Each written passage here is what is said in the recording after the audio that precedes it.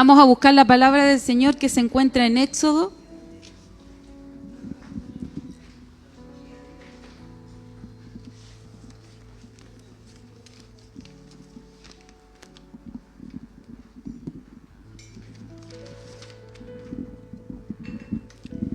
Se encuentra en Éxodo capítulo 10. Capítulo 10, versículo 21.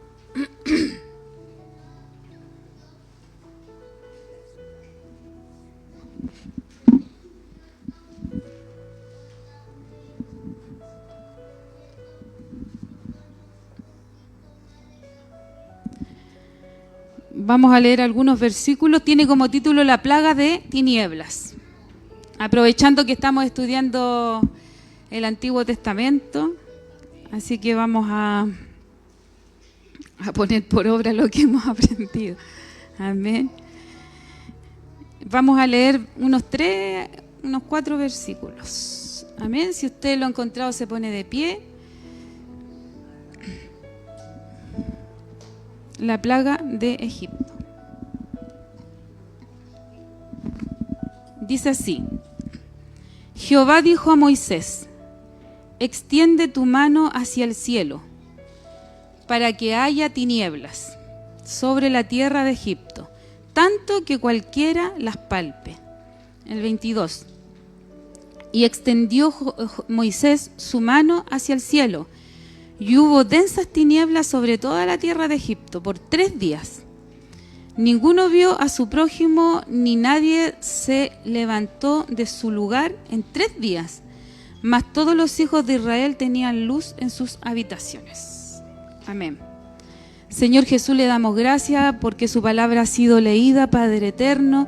Le pedimos que el Espíritu Santo de Dios pueda, Dios mío, enseñarnos de esta palabra, Señor, que esta palabra pueda llegar como una espada de doble filo, Señor, y penetrar hasta lo más profundo de nuestro ser, Señor. Le damos gracias, Padre eterno, porque sabemos que el Espíritu Santo de Dios está en medio nuestro, Señor. Le doy gracias por mis hermanos que están en este lugar, que a pesar del frío han podido llegar. Señor, sabemos que, Dios mío, que usted tiene bendición para cada uno de ellos, incluso para los más pequeñitos que están en este lugar. Así que usted bendiga a cada uno de mis hermanos en el nombre del Padre, del Hijo y del Espíritu Santo. Amén. ¿Puede tomar asiento, mis hermanos? Bueno, el contexto dice la plaga de las tinieblas. Vamos a hablar un poquitito del contexto, ¿cierto? Esta era la 9ª plaga, ¿cierto? Acuérdese que eran 10 plagas, ¿cierto? Y esta es la 9ª plaga, la plaga de las tinieblas. Amén. Dice: Jehová dijo a Moisés: extiende tu mano hacia el cielo para que haya tinieblas sobre la tierra de Egipto, tanto que cualquiera las palpe. Y extendió Moisés su mano hacia el cielo, y hubo densas tinieblas sobre toda la tierra de Egipto por 3 días. Ninguno vio a su prójimo, ni nadie se levantó de su lugar en 3 días. Mas todos los hijos de Israel tenían luz en sus habitaciones. Amén. Esta es la plaga de las tinieblas. Y bueno, aquí la palabra dice que Moisés, ¿cierto?, mandado por Dios, le dice que extienda su mano hacia el cielo para que haya tinieblas sobre la tierra de Egipto. Y tanto era la tiniebla que se podía palpar. Yo me acordaba cuando íbamos a Melipilla y volvíamos de vuelta, y veníamos de vuelta, la gente que iba al culto de Melipilla, de vuelta siempre había una niebla, no tinieblas, aquí está hablando de tinieblas, pero había una niebla tan espesa que estaba como 1 metro de nosotros, y nosotros sentíamos que podíamos tocar o sacar un poquitito de niebla. No sé si los hermanos se acuerdan, y que no se veía como más de 1 metro, y sentíamos que podíamos tocar como algodón la niebla. Y imagínense, aquí la palabra de Dios dice que se llenó de tinieblas, y dice que tengo que ponerme los lentes porque ya no estoy sobre la tierra de Egipto, tanto que cualquiera las palpe. O sea, ¿se imaginan ustedes las tinieblas que había, la oscuridad que había en ese lugar si yo pudiera en este momento apagar las luces de la iglesia y quedar 3 segundos sin luz, sin nada de luz, o sea, ni siquiera la luz de la estufa, nos inquietaríamos. De hecho, estamos viendo en las noticias que hay gente que está haciendo protesta porque no tiene luz, porque se cortó la luz, y ellos solamente no tienen luz de noche, porque ellos pueden ver la luz del día, pero están haciendo protestas porque se echa de menos la luz. Amén. Independientemente de para lo que sirva, ¿cierto? Porque ahí se está hablando de gente que está enferma, quienes son dependientes de insulina, etcétera, etcétera. Pero aquí dice que era tan densa que se podía palpar esta tiniebla. O sea, era tan la oscuridad que yo no podía ver, dice, a mi prójimo, dice, al que estaba al lado. Y si se encendía una luz, era tan tenue la luz, ¿cierto? Porque si nosotros se nos corta la luz y prendemos una vela, la vela puede alumbrar una cierta circunferencia, pero ellos prendían algo pequeño, una luz, pero esa luz era tan pequeña que no alcanzaba a ver al prójimo, al que estaba al lado. Amén. Entonces la oscuridad no nos gusta, al ser humano no nos gusta la oscuridad, y algunos podían decir, no, es que lo que pasa es que antes no había electricidad y la gente estaba acostumbrada a estar oscuro, ¿cierto? Y ahora como tenemos electricidad, si se nos corta la echamos de menos. Pero en realidad la oscuridad a nadie le gusta. Y yo busqué lugares donde el mayor tiempo, hay mucho tiempo de oscuridad. Y por ejemplo, en Alaska hay una ciudad que se llama Morrow, que está en el Polo Norte, allá arribita, en el Polo Norte. Y este pueblo tiene casi 3 meses de oscuridad en el invierno. 3 meses de oscuridad. Es harto, ¿cierto? Imagínense que nosotros en este tiempo, a mí me pasa, no sé a ustedes, que llega a las 6:30 y ya se oscurece. Entonces uno siente que el día duró muy poco y que la noche es más larga. Entonces nosotros, yo digo, no hay a la hora que se vaya el invierno y que llegue luego el verano, porque siento que uno hace más cosas y como que la luz del día a uno le da vida, ¿cierto? Porque a uno le dan ganas de hacer cosas. Pero en el invierno uno como que hace lo justo y lo necesario, porque a las 6:30 ya se está oscureciendo. Y eso por lo menos a mí no me gusta. Entonces este pueblo de Morrow tiene casi 3 meses de oscuridad en el invierno. O sea, eso significa que de día y de noche están en completa oscuridad. Y también aquí en Chile, en Punta Arenas, también hay un lugar que a las 4:30, 5 ya está oscuro. Pero amanece como a las 9 de la mañana. Así que imagínense, y la gente sigue el transcurso de su vida. O sea, ellos tienen que a las 8 entrar a trabajar, o sea, está oscuro cuando entran a trabajar, y cuando salen del trabajo también está oscuro. Entonces, esa gente, yo buscaba ahí en internet qué sucedía cuando había mucha oscuridad, cuando no se veía. Y yo anoté varias cosas. Primero, se altera el sueño, porque, por ejemplo, nosotros, a las 6:30 se empieza a oscurecer, ¿y qué sucede? Que nosotros empezamos a bostezar, porque vemos que está oscuro, entonces nuestro cuerpo se comienza a preparar para dormir, pero miramos el reloj y decimos, son las 6:30, no me puedo ir a acostarme a las 6:30, entonces nosotros tratamos de resetear nuestra mente y decir, no, todavía es temprano para acostarse. ¿Me entienden? Entonces, ¿qué sucede? Que se comienza a alterar el sueño. Falta de vitamina D. En esos casos, por ejemplo, allá en Punta Arenas, en Alaska, la falta de vitamina D. La gente que vive en esos lugares tiene que ir continuamente al médico para suplementarse con esa vitamina, con la vitamina D, que es la vitamina del sol. También la gente le falta energía. Hay muchos índices altos de depresión cuando falta la luz. Aquí en Punta Arenas, índices altos también de suicidios en jóvenes. Se produce un encierro. O sea, la vida social está dentro del hogar. O sea, ahí hacemos nuestra vida social, no afuera, porque a las 4:30 ya está oscuro. Entonces la vida social ocurre dentro del hogar. A lo mejor usted puede decir, no, qué bien que ocurra una vida social dentro del hogar, pero imagínense en los tiempos de pandemia cuando que teníamos que estar encerrados por obligación. Entonces, cuando muchos cayeron en depresión en esos tiempos de pandemia. Muchos matrimonios se separaron en esos tiempos de pandemia porque pasaban mucho tiempo juntos y empezaron a tener roces. Porque convivir mucho tiempo también llama a problemas. Entonces, no es tan bonito estar tanto tiempo juntos. Amén. Entonces, se produce también un encierro. Hay mucha delincuencia en esos lugares como Punta Arenas. Hay mucha delincuencia. Y los médicos lo atribuyen a largas horas de oscuridad. A eso atribuyen todas estas consecuencias o problemas que se producen a raíz de la oscuridad. Somos seres diurnos. Fuimos creados para vivir, para hacer nuestros quehaceres en el día, ¿cierto? Y la noche fue hecha para dormir. Entonces el sol nos produce neuronas que nos ayudan a regular el sueño. Imagínense lo que produce el sol. El sol produce que nosotros estemos contentos y alegres.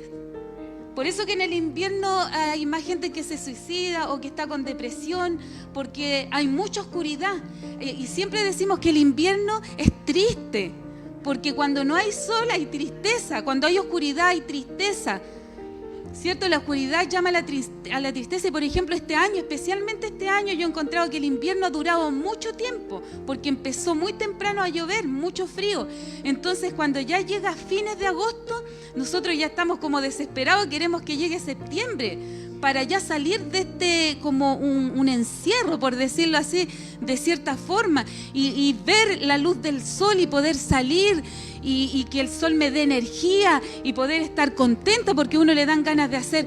En septiembre uno da vuelta a la casa, ¿cierto? Saca las colchas de invierno, las lava, entonces uno se llena de energía cuando hay sol. Eso produce la luz en nosotros, en los seres humanos, y no solamente en los seres humanos, en las plantas. ¿Se imagina? Esas plantas, no sé qué tipo de plantas tendrán en esos lugares de tanta oscuridad, como por ejemplo Alaska, que son casi 3 meses de oscuridad, porque una planta no puede vivir sin la luz del sol, porque a través de la luz del sol se produce la fotosíntesis y eso hace que la planta se ponga verde, crezca y sea una planta hermosa y bonita. Entonces, los seres, los animales, las plantas, nosotros, nos gusta la luz. Nos gusta la luz, somos seres creados para vivir en la luz. Dios nos creó para vivir en la luz y no en la oscuridad. Amén. Y esta plaga habla de las tinieblas. Más adelante vamos a ir desglosando y yo quiero que el Espíritu Santo entienda. Yo hoy estoy hablando de la oscuridad. A lo mejor usted me puede decir, ¿qué tiene que ver con la plaga de las tinieblas? A lo mejor puede que usted no conecte con eso, pero el Espíritu Santo va a hacer que usted conecte con lo que estamos hablando en esta noche. Entonces, hay lugares, mis hermanos, que colocan lámparas de fototerapia que simulan la luz del sol para gente que tiene depresión, no sé, a gente que le hace mal la oscuridad.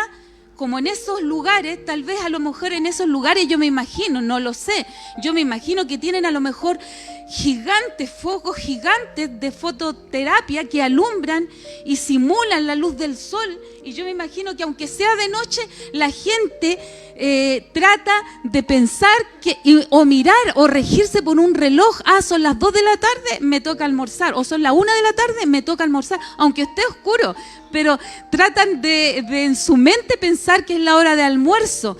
O si son las 4 de la tarde, sigue oscuro, no se ve nada, pero voy a sacar a mis hijos a andar en bicicleta. Y yo me imagino que a lo mejor en esos lugares pueden tener una tecnología así, como tener focos de fototerapia donde se pueda reflectar o simular la luz del sol.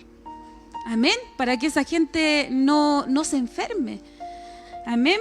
Entonces, la gente trata de simular la luz del sol y también mantener rutinas de horario para no morir en el intento, como se dice. Y en las culturas antiguas también, por eso que muchas culturas antiguas tenían tal admiración por el sol. no dudaron en catalogar al sol como una deidad. Y aquí en América Latina, no sé, los niños, y bueno, nosotros todos fuimos al colegio y sabemos que aquí están los incas, los mayos y los aztecas. Y ellos también adoraban al sol, era un dios para ellos, el sol era un dios para ellos, imagínense, porque el sol era algo tan importante para la vida de los indios o de los incas, de los aztecas, porque el sol hacía que crecieran los prados, las cosechas, eso hacía el sol. Entonces todo había abundancia cuando había sol. Entonces ellos no dudaron en que el sol fuera su deidad, fuera un dios el sol. Y ahí nos vamos a ir adentrando cada vez más a la palabra hasta llegar a las tinieblas. Entonces ellos llamaban al sol, llamaban al sol como un dios creador de la vida. Estos mayas, estos incas y los aztecas, para ellos el sol era un dios creador de la vida. Era algo que me daba vida, algo que me daba vida, algo que me hacía existir. Amén. Entonces, y aquí, volviendo a la palabra, aquí estamos hablando de Egipto. Dice que entró la tiniebla sobre la tierra de Egipto. Y Egipto no fue la excepción. Amén. Egipto no fue la excepción a quien conocemos por esta palabra, por la que hemos leído. Tenían una deidad que era el dios Ra. Y este dios era el dios Sol. O sea que ellos también adoraban al dios Sol. Y si nosotros pudiéramos indagar más y más y más atrás de Egipto, podíamos llegar hasta Babilonia, hasta la Torre de Babel, que ahí ya también se adoraba al sol. Amén. Entonces llegamos a esta parte. Egipto también tenía un dios, el dios Ra. Y eso lo conocen los niños cuando estudiaban en la escuela, el dios Ra, que era el dios sol. Por lo tanto, Egipto también adoraba al dios sol. Amén. Ya que el sol hacía florecer los campos, el sol era el responsable de toda la vida. Imaginemos la importancia que tenía este dios sol para los egipcios. Aquí Egipto, en este texto bíblico que leímos, mis hermanos, aquí Egipto y Dios tenían un interés en común. Y ese interés en común era el pueblo hebreo. Y aquí yo quiero que pongan así un poco de atención. Egipto y Dios tenían un interés en común, pero intenciones distintas para el pueblo hebreo. Amén. Amén. El pueblo hebreo era el pueblo de Dios. Entonces Egipto y Dios tenían un interés en común. Amén. Y era el pueblo hebreo. Amén. Egipto oprimía al pueblo hebreo, ¿cierto? Quería sacar provecho del pueblo hebreo, porque al oprimirlo era como la mano de obra, ¿cierto?, de Egipto. Eran los que hacían las pirámides, los ladrillos de barro. Entonces a Egipto le convenía tener oprimido a este pueblo, y más aún cuando se había multiplicado, remultiplicado, porque conocimos la historia. ¿Se acuerda que cuando llegaron a José, se acuerda la familia de José, Jacob y sus hermanos llegaron a José? Acuérdense que ¿qué hizo José? Los recibió, ¿cierto? Y dijo, van a vivir en la tierra de Gosén, ¿cierto? Porque el pueblo hebreo pastoreaba. Y a los egipcios no les gustaban los pastores, porque los pastores tenían piojo, porque tenían enfermedades. Entonces, ¿qué hizo José? José los llevó a la tierra de Gosén. Los puso en ese lugar y se comenzaron a multiplicar, a multiplicar, a multiplicar. Y la única manera de que Egipto los tuviera bajo su dominio era colocarlos como esclavos, porque creció tanto el pueblo, que Egipto comenzó a tener miedo de este pueblo, que se podía ir en contra de Egipto. Entonces, ¿qué sucedió ahí? Que Egipto toma, ¿cierto?, como esclavo al pueblo hebreo y saca provecho de eso. Entonces yo voy a trabajar, el pueblo hebreo va a trabajar para mí. Y en cambio Dios escogió a este pueblo como su pueblo para darle vida, para darle salvación. Entonces los dos tenían intereses por este pueblo, ¿cierto? Pero las intenciones eran diferentes. Uno quería tenerlo oprimido y el otro y Dios quería darle salvación. Dios quería darle libertad. Dios quería darle una tierra. Dios quería que fueran libres en esa tierra. Entonces, esto es lo que está sucediendo. Esta es la 9ª plaga. La 9ª plaga. Ya han sucedido 8 plagas. Y en esas 8 plagas, Dios ha sido triunfante. Dios ha sido vencedor, porque esta no es una lucha entre el pueblo hebreo y los egipcios. Esta es una lucha entre Dios y los egipcios. Entre Dios y Egipto. Y cuando se habla de Egipto, también se puede hablar del mundo. Porque esta lucha que nosotros tenemos es del mundo, no es de nosotros, es de Dios. Dios lucha contra el mundo. Y podemos llevarlo al tiempo de nosotros. Dios había luchado 8 plagas y Dios había sido triunfante. Amén. Pero en este interés vemos luchando a Faraón. Y aquí yo noté varias cosas.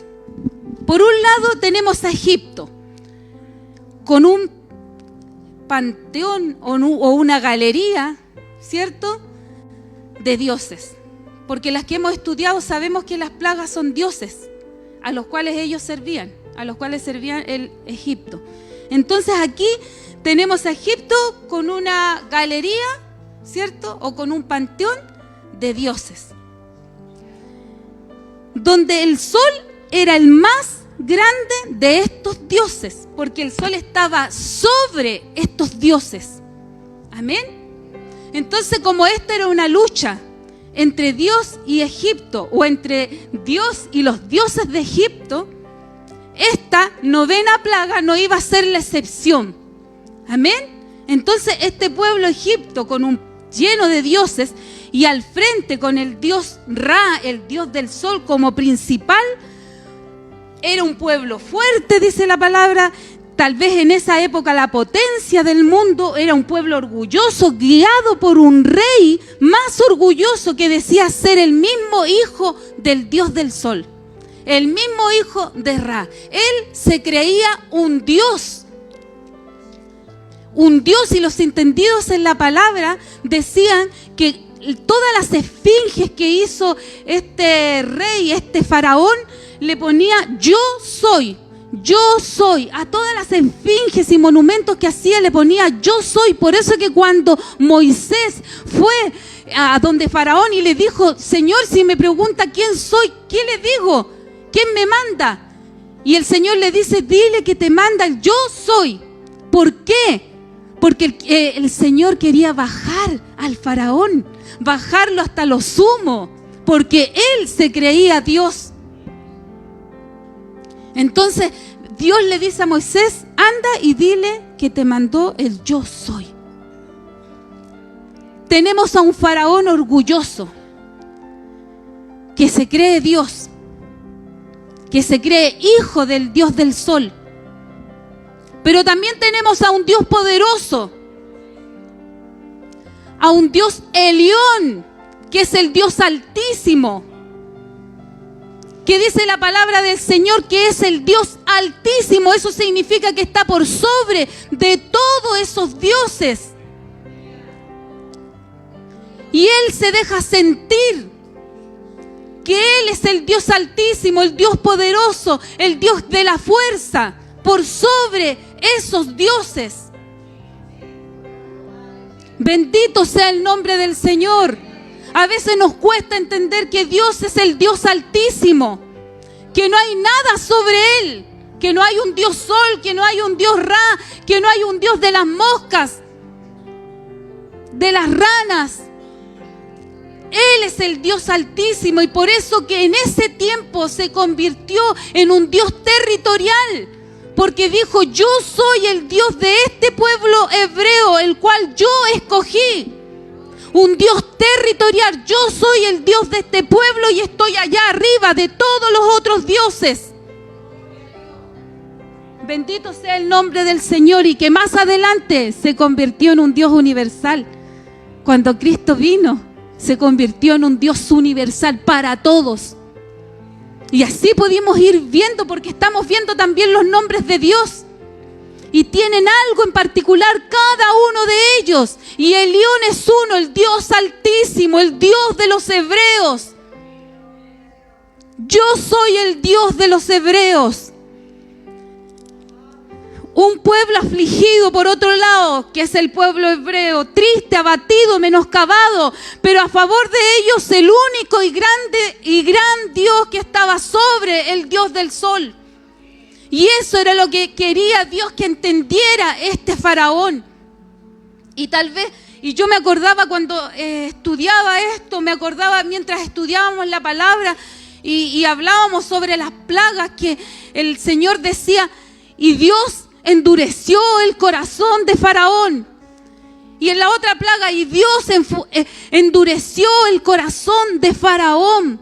Porque Dios endureció. ¿Por qué Dios endureció el corazón de Faraón?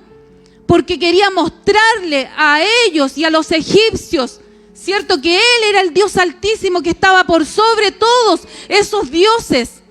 Dios se estaba mostrando como el Dios poderoso. Y necesitaba hacérselo saber a este faraón. Bendito sea el nombre del Señor. Tenían a favor el pueblo hebreo a Dios, a este Dios único, a este Dios grande, a este Dios altísimo, a este Dios poderoso. Y eso marcaba la diferencia, mis hermanos. Eso marcaba la diferencia. Eso marca la diferencia en nosotros, mis hermanos. Eso marca, nosotros tenemos al Dios altísimo, tenemos al Dios que tiene poder, al Dios fuerte. Eso marca la diferencia entre nosotros y la gente que no conoce al Señor. Eso marca la diferencia del pueblo de Dios. Dios marcó la diferencia sobre los otros dioses como un Dios altísimo, como un Dios altísimo, como el que tiene poder, como el Dios fuerte, el yo soy. 8 plagas habían pasado y esta era la 9ª plaga, donde Dios sin ninguna complicación derrota por su palabra a través de Moisés. Bendito sea el nombre del Señor. Sin complicarse, el Señor no se complicaba. Él tenía la victoria, ya tenía la victoria antes de luchar contra estas plagas, contra estos dioses. Egipto, dice la palabra, estaba hundida en tinieblas. Dice que estuvieron 3 días, se podía palpar la niebla de tan espesa. Estuvieron 3 días, mis hermanos, no como esa gente que vive allá en Alaska que están 3 meses en oscuridad. Estuvieron 3 días, pero para ellos fue terrible, porque ¿dónde estaba su Dios? ¿Dónde estaba el Dios Sol? ¿Dónde se había metido el Dios? No existía, porque hay un solo Dios y verdadero, que es el Dios de los cielos. Amén. Y dice la palabra del Señor que Moisés extendió su mano hacia el cielo y hubo densas tinieblas sobre la tierra de Egipto por 3 días. Dice que ninguno vio a su prójimo. Hoy día nosotros podemos mirar las noticias, darle un ojito al televisor y ver que este patrón se sigue repitiendo. Se sigue repitiendo. Hoy día también podemos ver que el mundo está en tinieblas. Hemos visto tantas cosas. Yo podía haber escrito los Juegos Olímpicos, podía haber escrito lo que está pasando porque en el mundo, no solamente aquí en Chile, la delincuencia, porque dice que no veía al prójimo. El delincuente ya no le perdió el respeto a la vida. No le interesa matar, no le interesa nada. Un delincuente que mató a un venezolano, lo tomaron preso en no sé qué país y le dijeron, si te vas preso, ¿qué vas a hacer? ¿Y si te mataran? No, pues si me matan nomás y listo. Ni siquiera, una pizca de remordimiento, nada. Y la palabra dice que en tal oscuridad no veían a su prójimo. Hoy día la gente es yo. Yo me cuido, yo me alimento, Yo. La gente se está volviendo individualista. Ya no le importa el prójimo, no le importa lo que sucede a nuestro alrededor. Solamente importa lo que me pasa a mí. Yo sufro, yo paso hambre, a mí me faltan zapatos. Yo. No alcanzo a ver a mi prójimo, no lo alcanzo a ver, porque el mundo está en tinieblas. Porque el mundo está en tinieblas. Así como Egipto quedó en tinieblas, así está el mundo hoy día, en tinieblas. Y por eso que a nosotros no nos debe causar tanto, o decir, ¡oh, Dios mío, qué va a pasar con este mundo! No nos debe causar tanto, porque esa es la realidad de este mundo. Esa es la realidad de este mundo. Este mundo está en oscuridad. Por eso que nosotros fuimos llamados a la luz. Fuimos apartados a la luz, fuimos sacados de la oscuridad. Somos luz en este mundo. Este mundo está sumido en la oscuridad. Y tal vez estamos en los últimos tiempos, no lo sé. Tal vez estamos en tiempos en que está a punto de venir el Señor. Gosén estaba ahí al ladito de Egipto, pero estaba con luz. Dios los proveyó de luz. A ellos no les faltó la luz. Egipto hundido, sumida en la oscuridad. Bendito sea el nombre del Señor. Y me acordaba de una palabra en Isaías 60. Y la voy a buscarla.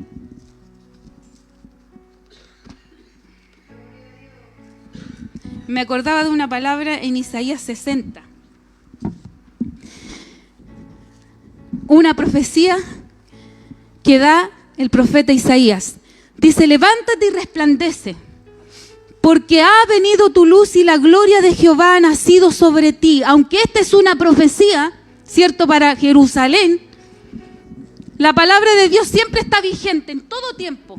Así es que yo puedo tomar esa palabra para mí, para mi vida. Aunque sea una profecía para Jerusalén, para el pueblo de Israel, yo lo puedo tomar para mí. Y el Señor me decía: levántate y resplandece. Levántate y resplandece, porque ha venido tu luz y la gloria de Jehová ha nacido sobre ti. Porque aquí que tinieblas cubrirán la tierra y oscuridad las naciones, mas sobre ti amanecerá Jehová y sobre ti será vista su gloria. Y andarán las naciones a tu luz y los reyes al resplandor de tu nacimiento. Levántate y resplandece, una palabra profética del profeta Isaías para el pueblo de Jerusalén, para el pueblo de Dios, pero yo también puedo tomarlo para mi vida. La iglesia se tiene que levantar, y esto es personal. Levantarse significa accionar, porque el evangelio es accionar, y lo he repetido en otras predicaciones muchas veces. El evangelio es acción. Levántate. Dice que el pueblo de Egipto en esos 3 días estuvieron acostados, como acostados. Estuvieron acostados, tuvieron miedo. Muchas veces la iglesia permanece sentada así, como un espectador. La iglesia permanece como un espectador. La novia permanece como una espectadora. El pueblo de Dios permanece como un espectador y echado atrás. Y pensamos que porque venimos a la iglesia con la Biblia, pensamos que ya lo estamos haciendo todo. Pero no, la iglesia necesita involucrarse. La iglesia necesita levantarse. Y esta es una acción, significa que yo me tengo que meterme, no sé, pues en una cancha, jugar fútbol, no mirar desde afuera de la cancha. Tengo que pararme sobre mis pies, accionar. No podemos estar quietos, no podemos estar como un espectador mirando lo que sucede a nuestro alrededor, viendo que el mundo está en tinieblas y nosotros solo mirando. tenemos que levantarnos, dice, y resplandecer. Resplandecer significa brillar. ¿Y qué somos nosotros? ¿Qué es usted? ¿Qué soy yo? Nosotros somos la luz del mundo. ¿Dónde está la luz del mundo? ¿Estará aquí debajo de la mesa? ¿O estará sentada en un monte? ¿Dónde está la luz del mundo? En lo alto, no está debajo de la mesa, está encima de la mesa alumbrando a los que están alrededor de ellos. Y ahora usted puede decir, pero ¿qué puedo hacer yo por este mundo? ¿Qué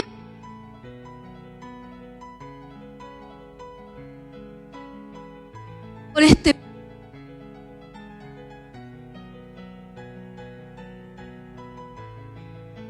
Señor?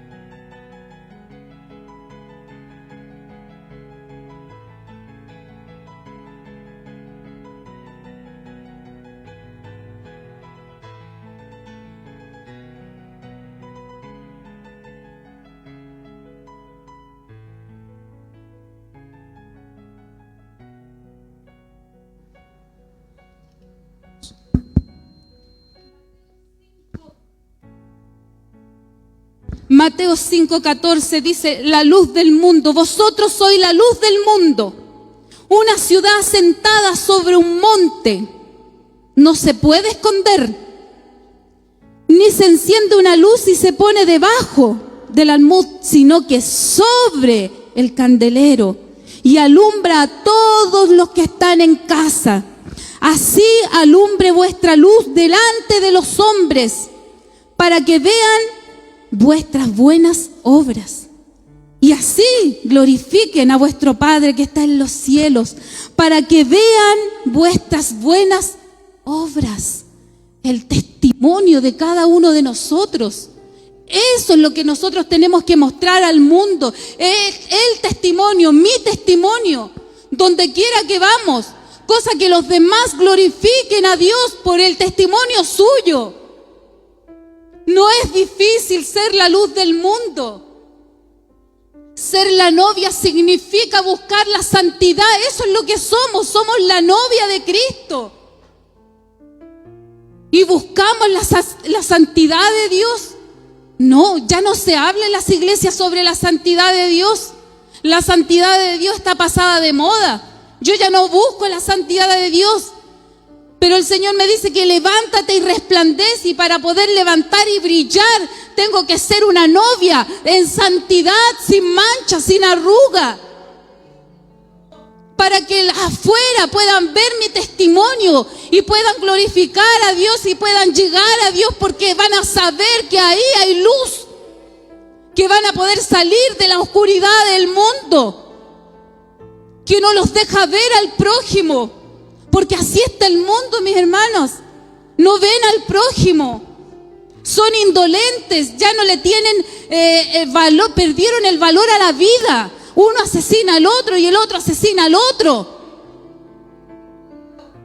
Y la vida la dio Cristo, la dio el Señor. La dio Cristo, la dio el Señor. Y nadie más puede quitarla. Tenemos que dejar de ser espectadores, mis hermanos. Dice la palabra del Señor, estaba el Egipto en tinieblas, dice, pero Gosén estaba con luz. El pueblo de Dios había luz. Porque así nos tiene el Señor en luz, mis hermanos. Porque el día que conocimos a Cristo, Cristo alumbró mi vida. Y ahora yo con esa luz alumbro a los demás. Por eso soy la luz del mundo. No somos cualquier cosa, mis hermanas, y ahí es donde hablamos de la identidad que tenemos en Cristo. No sabemos apreciar la identidad que tenemos. Hemos estudiado muchas veces la identidad que tenemos en Dios, en Cristo, pero no lo llevamos a la práctica, no creemos el cuento. No nos lo creemos, no creemos que somos hijos de Dios, no creemos que somos la novia, no creemos que Él es mi esposo, no creemos que Él me viene a buscar. No creemos que tenemos que andar en santidad. Y por eso no cuidamos nuestro testimonio. Y venimos a la iglesia con la Biblia como si eso fuera mucho. Y no, eso no es mucho, mis hermanos. Tenemos que levantarnos y resplandecer y brillar. Estar sobre el monte, no debajo, no escondido. El pueblo de Dios, la novia de Cristo, tiene que estar levantada, erguida, preparada, limpia, orgullosa, porque está esperando a su novio, porque está esperando el amado, dice la palabra. Por lo tanto, tiene que estar expectante la novia. La novia está expectante porque va a llegar el novio. Y voy a ponerme linda y bonita porque es el que es el amado. Es mi amado. Pero la novia está durmiendo, está sentada, se aburrió, se le desarmaron los cachirulos. Así está la novia hoy día.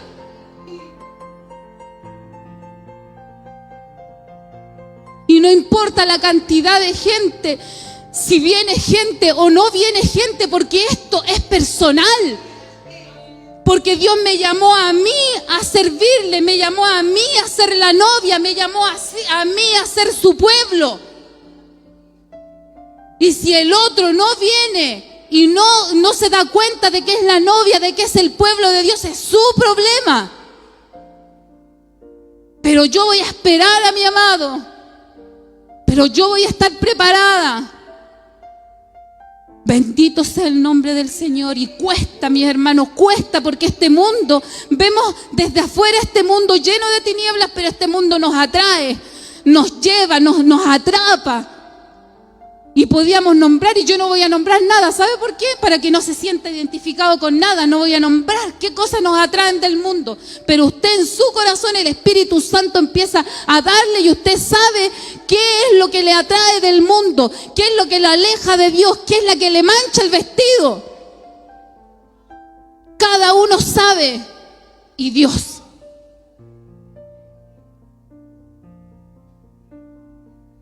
Dios es el Altísimo. Es el Todopoderoso, es el que tiene poder.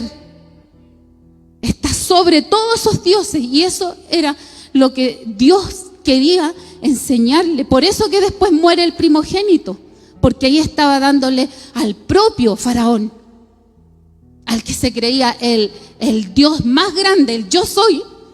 Dios estaba dándole con el primogénito. Bendito sea el nombre del Señor. Levántate y resplandece. Levántate y resplandece. No miremos al lado que el hermano no se levanta ni resplandece. Mirémonos a nosotros mismos.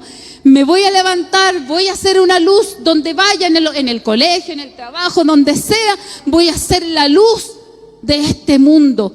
¿Y sabe cómo? Con mis obras, con mis buenas obras, con mi testimonio. Amén. Vamos a dar buen testimonio. Y el Señor hace lo demás.